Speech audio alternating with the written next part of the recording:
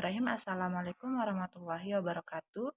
Perkenalkan, nama saya Indra Suari Modia, nomor pokok mahasiswa 2021 02 kelas 4A, jurusan Ekonomi Pembangunan dari Universitas Muhammadiyah Mamuju. Baik, hari ini saya akan mengerjakan tugas AIK 3. Judul materi yang akan saya bahas mengenai manusia dan kehidupan.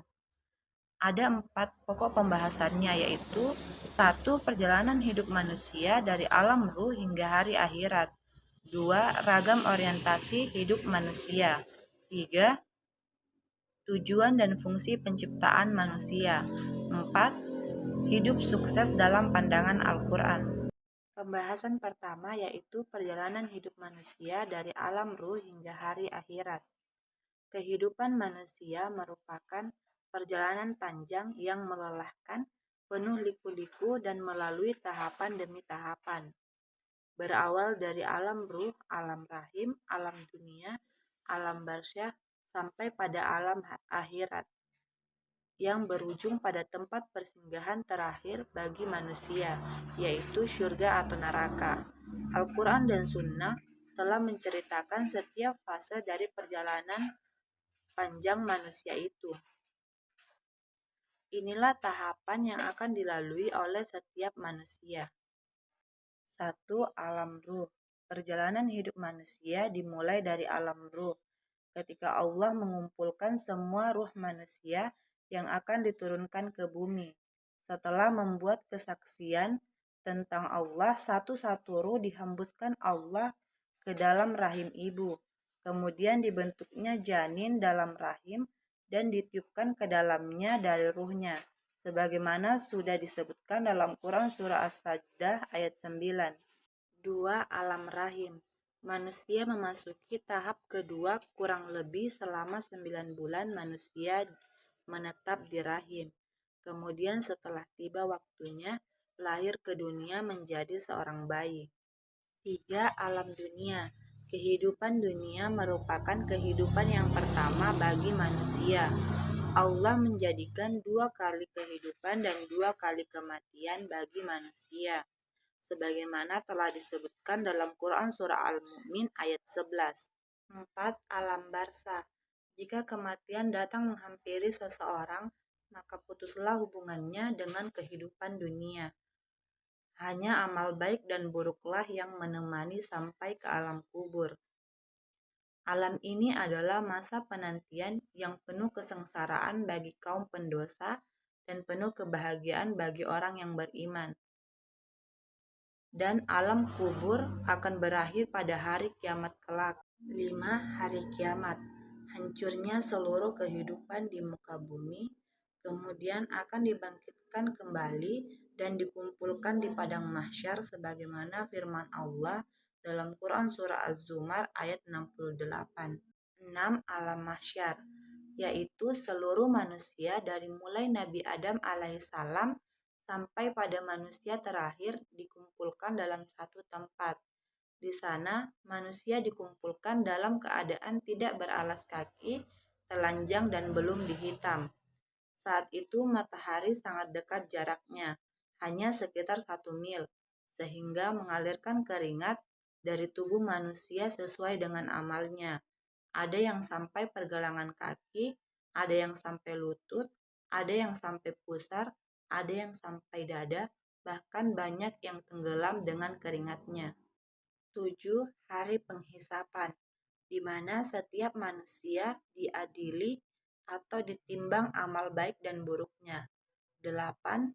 Hari pembalasan, hari di mana setiap orang diperintahkan menempuh perjalanan menuju tempat abadi yang telah disiapkan untuk mereka, yaitu dalam kenikmatan surga dan dalam kepedihan neraka. Pembahasan kedua mengenai ragam orientasi hidup manusia.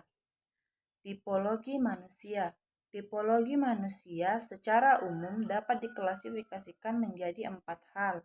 Yang pertama, manusia dalam pandangan antropologi, fisik, dan budaya.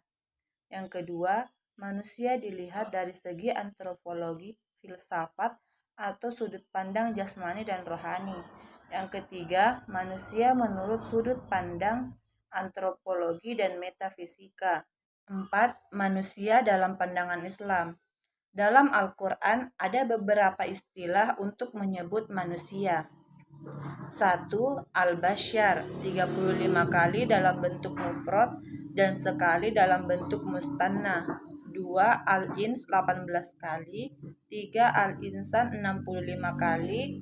4. An-Nas 240 kali. 5. Bani Adam 7 kali. 6. Surya Adam 1 kali. Pembahasan ketiga yaitu tujuan dan fungsi penciptaan manusia. Pada hakikatnya, Allah menciptakan manusia tujuannya adalah 1. Untuk beribadah kepadanya.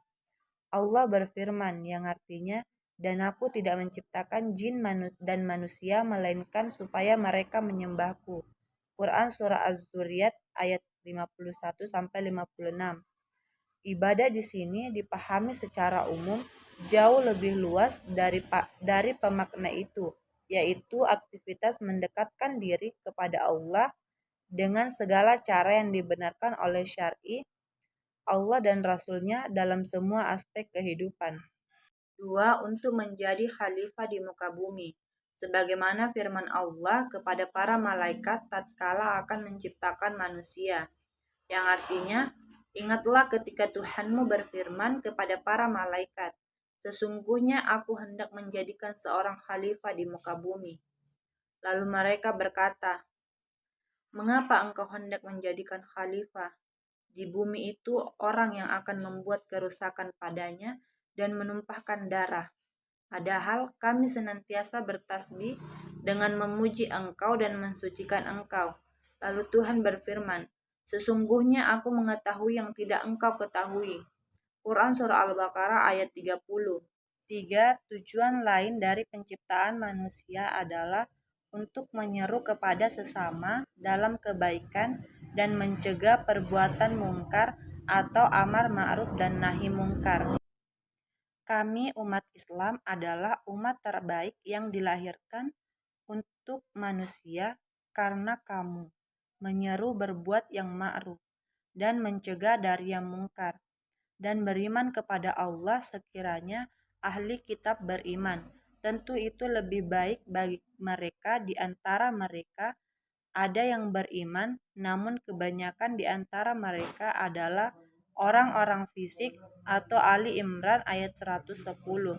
Ayat ini mengisyaratkan bahwa manusia juga mengemban tugas saling menyeru kepada kebaikan dan mencegah perbuatan mungkar.